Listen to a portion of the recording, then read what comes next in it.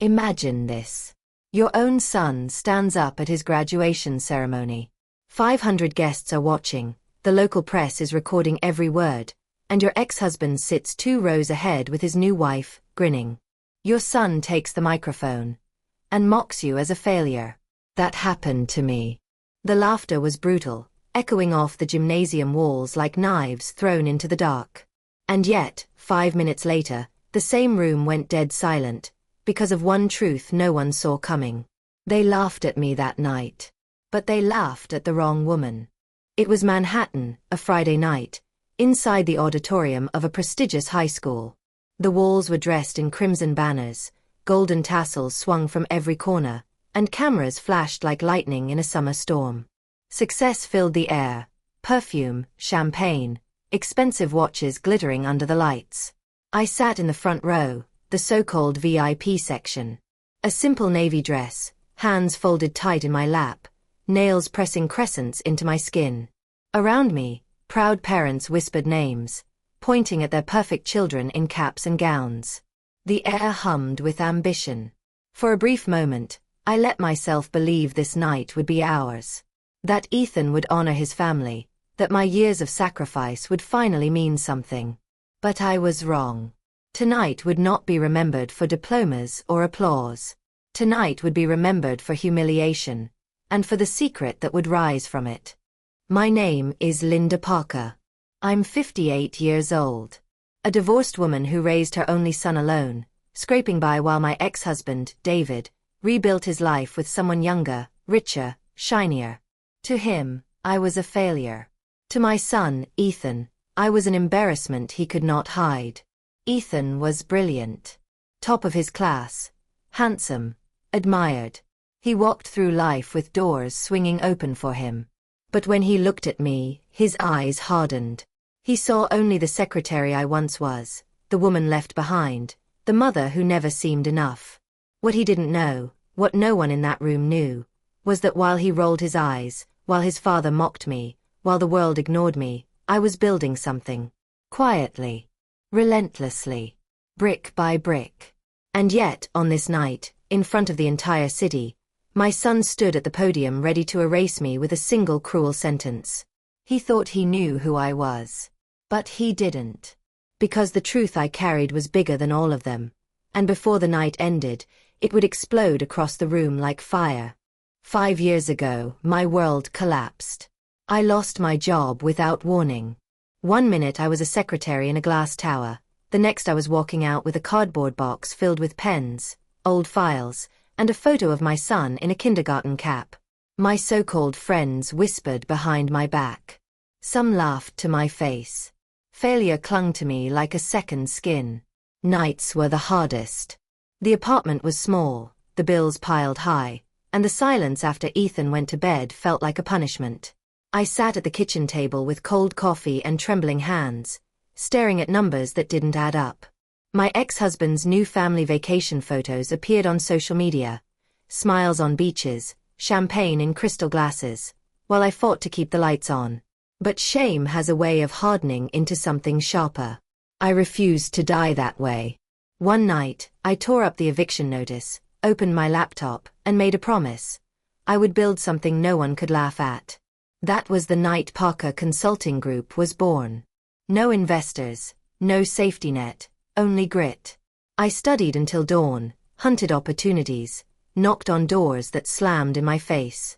Slowly, painfully, I began buying small businesses, logistics companies no one believed in, little firms in artificial intelligence no one respected yet.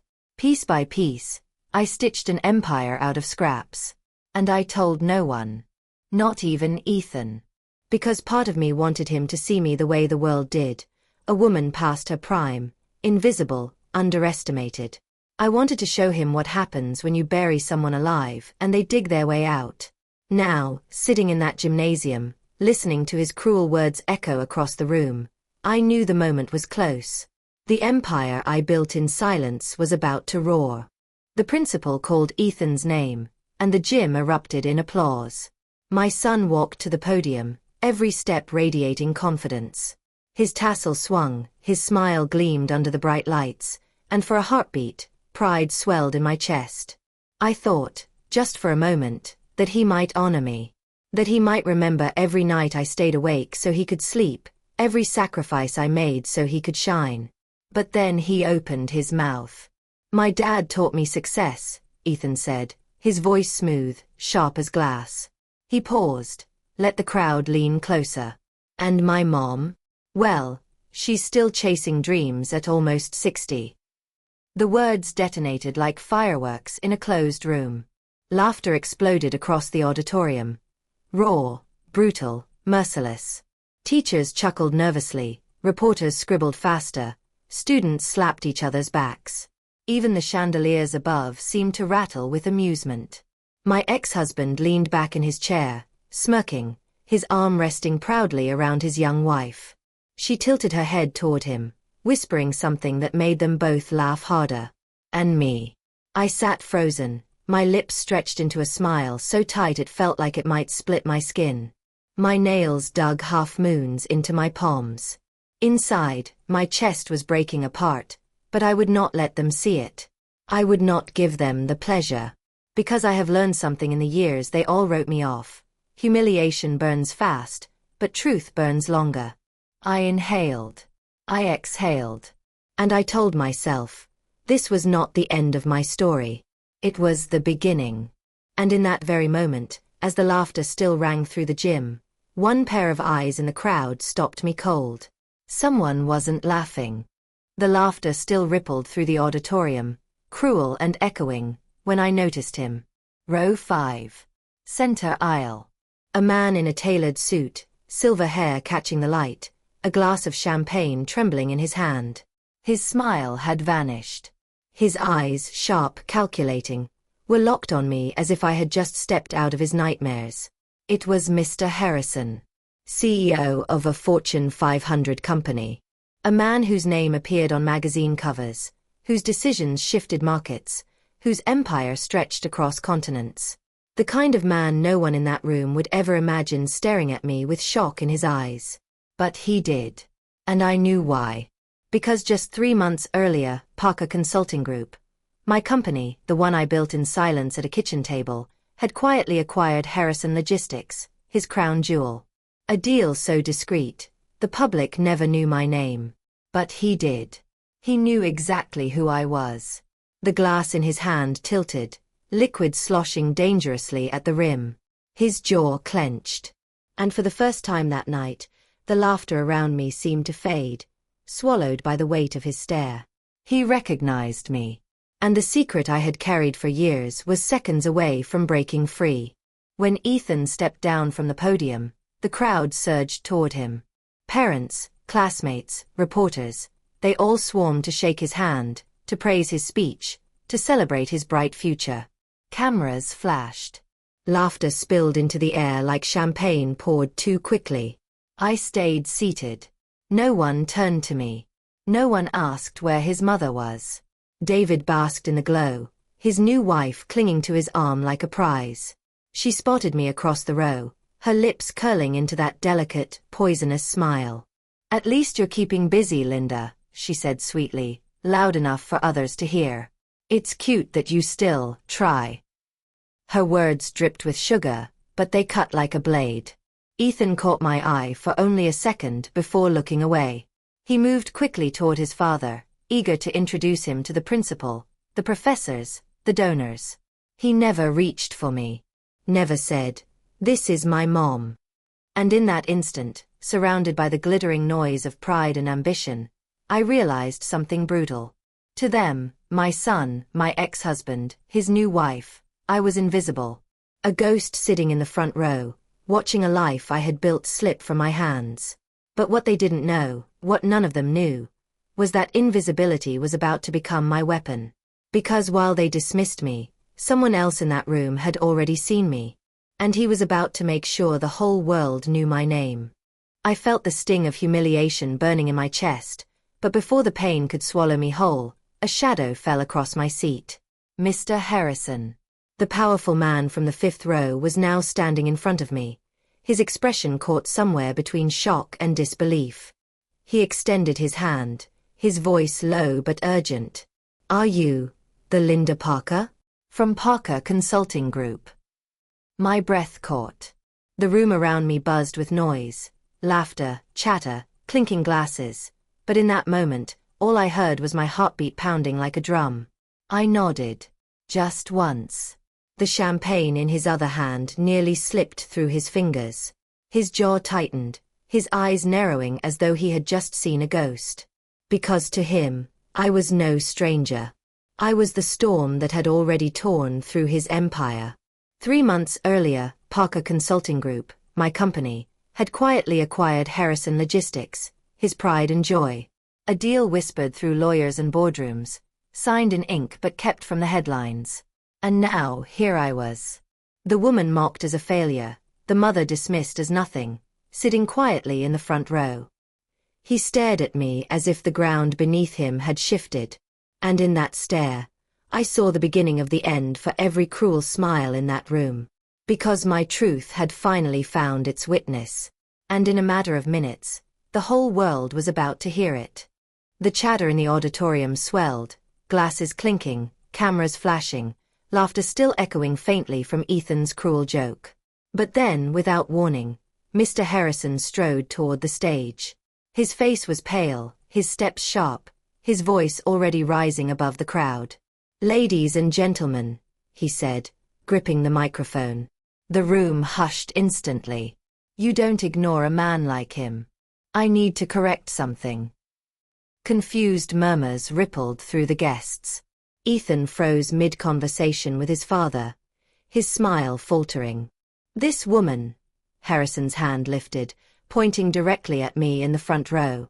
"This woman you've mocked tonight, this so-called failure," he paused, his voice tightening. "She is not what you think." Every eye turned toward me.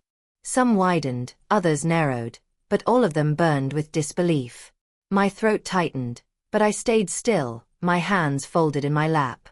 Harrison drew a breath, his words slicing through the silence. "Linda Parker is the CEO of Parker Consulting Group. And 3 months ago, her company acquired Harrison Logistics. My company. The empire you all thought I controlled now belongs to her." The room exploded, not with laughter this time, but with gasps sharp enough to cut glass. The crowd erupted into frantic whispers. Reporters fumbled with their pens, snapping photos as if history had just walked into the room. I watched David's smug smile collapse. His new wife's lips parted in horror, her hand slipping from his arm. And Ethan, my son, stood frozen, eyes wide, his confidence shattering in an instant. For the first time that night, the silence belonged to me. And it was deafening. The silence cracked first into gasps, then into chaos. Guests who moments ago were laughing now stumbled over themselves to reach me. Hands extended. Voices overlapped. "Mrs. Parker, an honor to meet you. CEO Parker, we had no idea. Please forgive us.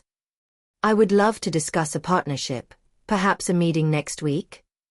Their eyes glittered with sudden respect, the same eyes that had mocked me minutes before. The taste of irony was sweet, almost electric in the air. A Harvard professor in a tailored gray suit bent low to shake my hand. "Your acquisition strategy," he whispered, "should be a case study. I would be honored to have you speak at our business school." I nodded politely, but inside, my chest surged with something fiercer than pride. For years I had been invisible.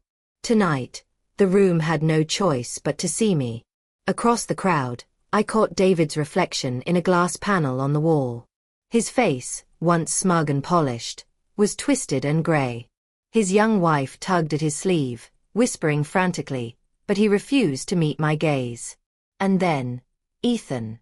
He stood frozen, lips parted, eyes wide as if he'd just watched the ground vanish beneath him. The boy who had laughed at me, dismissed me, humiliated me, was staring at his mother for the very first time, not as a failure, but as something he could not comprehend. The humiliation he had tried to carve into me was now etched across his own face. And as the cameras flashed, as the applause for Harrison's announcement swelled like thunder, I knew the real confrontation was not with my ex-husband. Not with his wife. Not even with this crowd. It was with my son. And that moment was coming. When the noise finally dimmed, when the crowd shifted back toward their champagne glasses and whispered deals, I felt a presence beside me. Ethan. His face was pale, his perfect smile gone. His eyes, those same eyes I once stayed awake for when he was sick as a child, were filled with something I had never seen in him before. Shame. Mom. His voice cracked. I humiliated you. In front of everyone. Why didn't you tell me? Why didn't you say who you are? I turned to him, my heart tearing and healing all at once. Because every time I tried, Ethan, you rolled your eyes.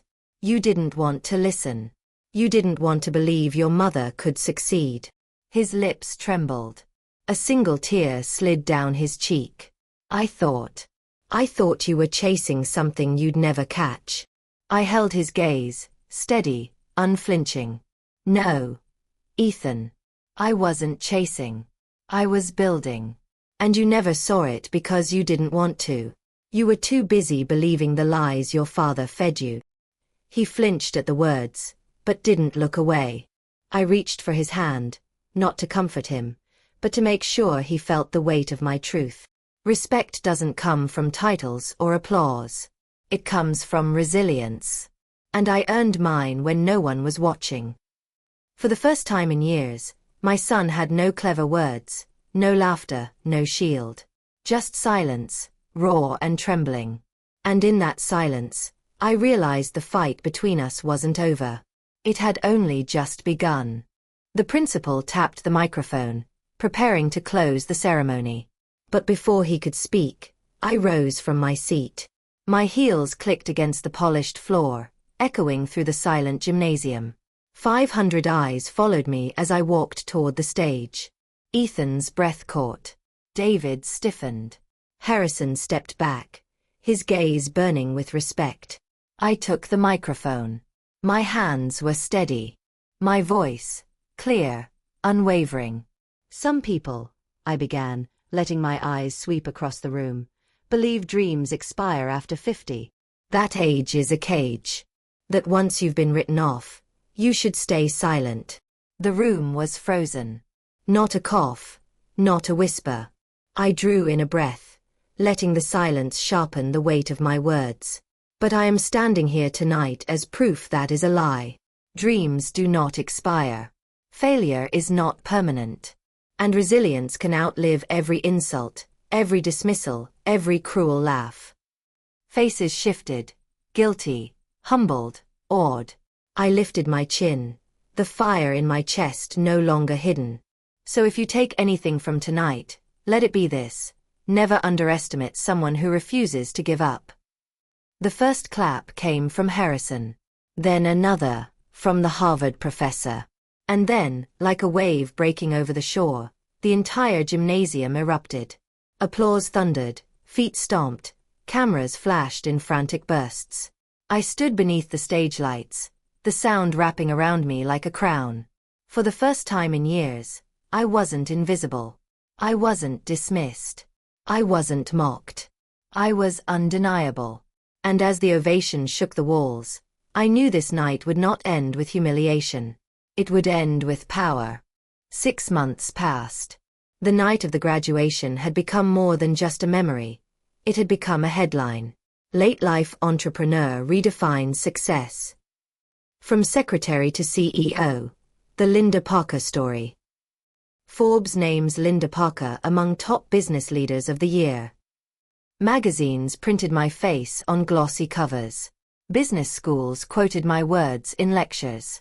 Talk shows invited me to speak. The woman once whispered about in pity had become the name everyone wanted to know. But the true change wasn't on the pages of magazines. It was in my own home. Ethan knocked on my office door one morning, dressed in a simple shirt and tie, his pride stripped away, replaced by humility. "Mom," he said softly, "I'm sorry. For everything. If you'll let me. I'd like to learn from you. To work for you." I looked at him for a long moment. The boy who had once dismissed me now stood like a man, asking not for forgiveness, but for guidance. And I gave him a chance, not because he deserved it, but because love is stronger than pride. As for David, he avoided me at every public event. When reporters mentioned my name, his smile faltered. When my story played on television, his new wife shifted uncomfortably. They had no words left. No power left. Only silence. And me. I no longer lived in anyone's shadow. I was no longer invisible. I had become the storm that no one saw coming.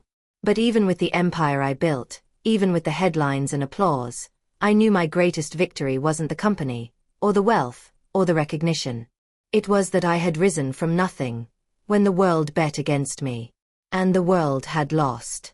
Looking back now, I realize something simple but powerful. Your age does not define your worth. Your failures do not define your future. Respect doesn't come from titles, or applause, or the approval of those who once doubted you. Respect is born from resilience. From getting back up when the world has already counted you out. From refusing to let the whispers of others become the truth of your life. I was laughed at for failing at 50. I was dismissed as a dreamer chasing shadows. But I learned that sometimes, silence is the sharpest revenge. And when the truth finally speaks, it speaks louder than every insult, every doubt, every cruel laugh. So if you've ever been underestimated, if you've ever been told it's too late for you, remember this. It is never too late to rise. And when you rise, the same people who laughed will clap. Now tell me, have you ever been underestimated? Share your story in the comments. And if my journey touched you tonight, subscribe for more stories that prove the human spirit never expires. Because this isn't just my story. It could be yours.